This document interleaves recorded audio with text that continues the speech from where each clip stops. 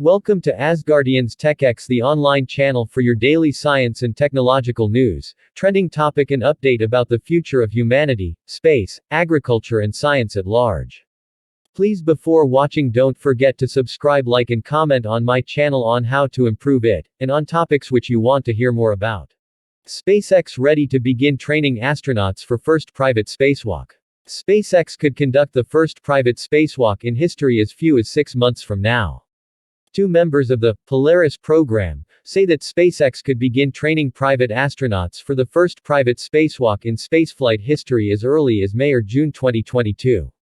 Revealed earlier this year, the Polaris program is a sort of hybridization of orbital spaceflight tourism and technology development and has one primary goal: to rapidly advance human spaceflight capabilities. Created in partnership with SpaceX by billionaire and Shift4 Payments founder Jared Isaacman, who also funded and flew on SpaceX's first private Crew Dragon launch, Polaris aims to pick up where Inspiration 4 left off last year. While it will still be affiliated with and seek to help St.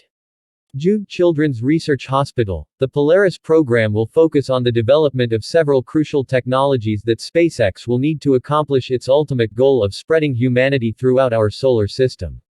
One of those crucial technologies is a cheap, reliable, and easy-to-use spacesuit that will allow future SpaceX astronauts to work outside of the safety of their spacecraft in the vacuum of space, and, one day, walk on the surfaces of other planets and moons. For Crew Dragon, SpaceX has already developed an intravehicular activity, or Iva pressure suit that all Dragon astronauts must wear during mission-critical maneuvers. In the event of capsule depressurization, the suits would be able to keep Dragon astronauts alive inside the capsule for at least a few days, supplying them with clean air and maintaining enough pressure to avoid altitude sickness or worse. However, because IVA suits generally prioritize unpressurized mobility, the astronauts inside them can do very little when the suits are fully pressurized. At sea level, every person on Earth is subjected to standard atmospheric pressure, which amounts to about 101 kilopascals or 14.5 pounds per square inch. In a spacesuit, the suit itself must maintain a pocket of air at similar pressures, ultimately meaning that the outer skin of a suit must resist the same force. To put that into context, even operating at the absolute minimum pressures that humans can realistically tolerate and use 4 to 6 psi, simply moving one's arm in an IVA suit could require hundreds of pounds or kilograms of force.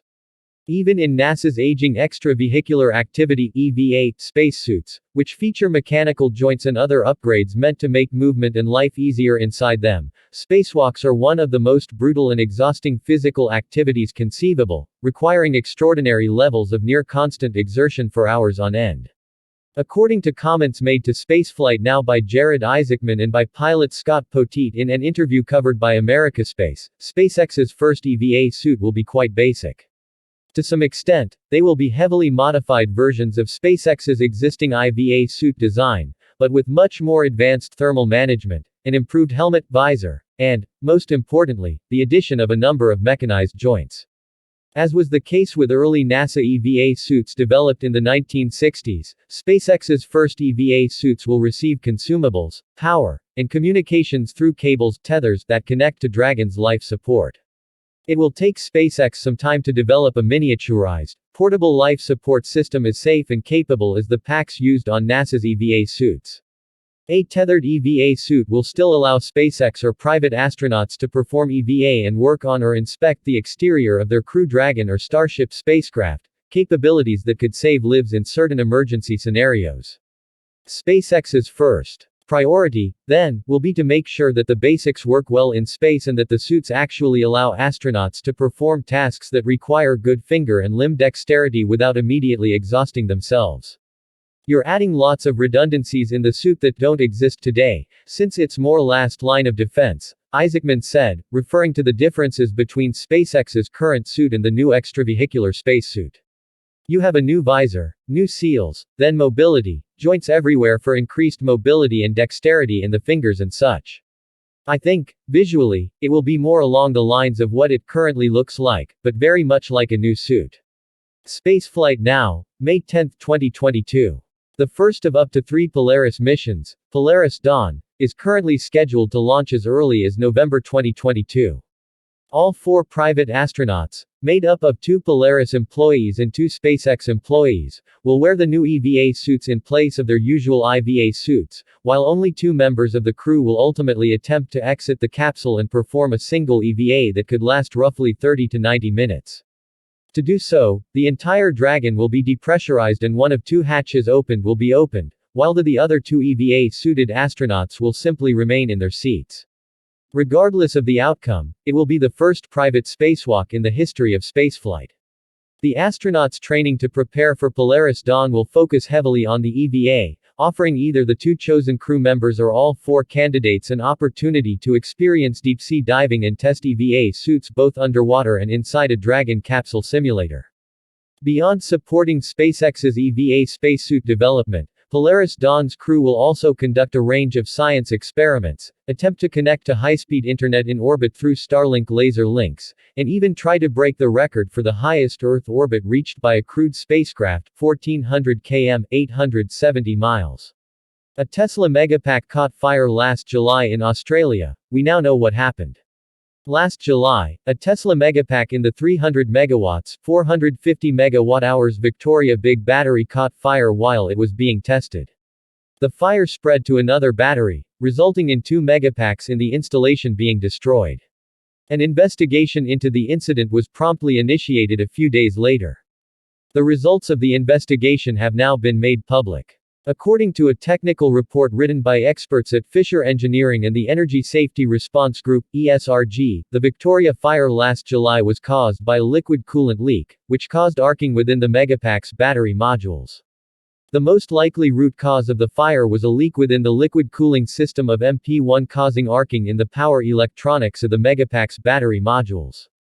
This resulted in heating of the battery module's lithium-ion cells that led to a propagating thermal runaway event in the fire, the report read. Personnel in the area initially noticed smoke emanating from one Megapack battery at around 10 a.m. on July 30. Emergency crews were called, and once they arrived, a perimeter was established around the battery storage unit. Water was applied to the Megapack, but the flames spread to a neighboring battery unit anyway. Fortunately, the spread of the blaze stopped there, and the fire burned itself out over a 6-hour period. The results of the incident were in line with Tesla's guidance for such incidents, which advises emergency responders to allow Megapacks that have caught fire to burn themselves out. The incident was ultimately dubbed a safe failure, according to a report from Energy Storage News. It should be noted that the Megapack that started the fire had been manually disconnected from a number of monitoring, control, and data collection systems because it was undergoing testing at the time of the incident. Wind speeds at the time also contributed to the spread of the blaze.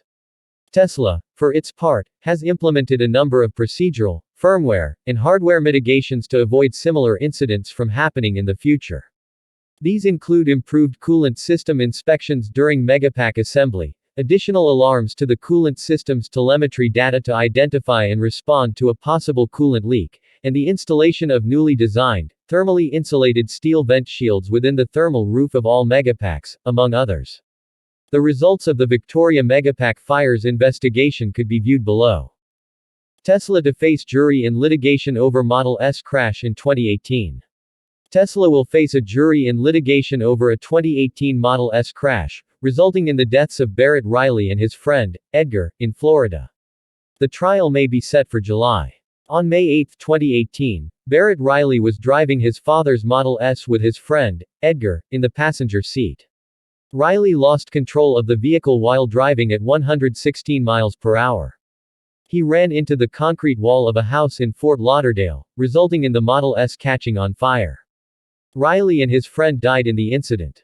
Barrett Riley's father, James Riley, filed a product liability suit against Tesla in a Florida federal court 2 years after the car crash. According to the complaint, his Model S vehicle's lithium-ion batteries burst into an uncontrollable and fatal fire after his son crashed. Tesla 2021 impact report state fire incidents approximately 11x lower than U.S. average. The Riley family argued that Barrett might have survived the accident if the Model S hadn't caught fire. The suit attributes the fire to a defective design in Tesla's battery. James Riley also claims that Tesla removed a speed-limiting device from his Model S, which was designed to cap the vehicle's speed at 85 miles per hour. We very much look forward to proceeding to trial in this important case against Tesla, Curtis Minor, the attorney representing the Rileys, told Bloomberg. Tesla requested to dismiss the case without a trial. However, U.S. Magistrate Judge Alicia Valle denied Tesla's request. The magistrate judge claims that the way Tesla handled Riley's speed limiter was negligent and the battery was defective. Tesla claims that Barrett Riley instructed the shop to remove the speed limiter on his dad's Model S. The company also stated the Rileys have no proof the Model S had a defect that might have caused the car to catch fire. Elon Musk reached out to James Riley via email 24 hours after Barrett's death. The Tesla CEO empathized with Riley and his loss. The two fathers talked to each other through email for several weeks. In June 2018, Tesla released a software update that introduced speed limit mode. The feature limited the acceleration of a Tesla vehicle and allowed users to set a maximum speed limit between 50 miles per hour and 90 miles per hour. Musk and Riley's emails revealed that Barrett's father asked the Tesla CEO to dedicate the feature to his son. "I've never asked for acknowledgement for anything in my life, but it would be nice to acknowledge that Barrett and Edgar's loss led to the enhanced safety of others," Riley told Musk in an email dated May 31, 2018. Tesla's release notes for speed limit mode has a dedication, saying, "In memory of Barrett Riley." Please don't forget to like and subscribe to my channel.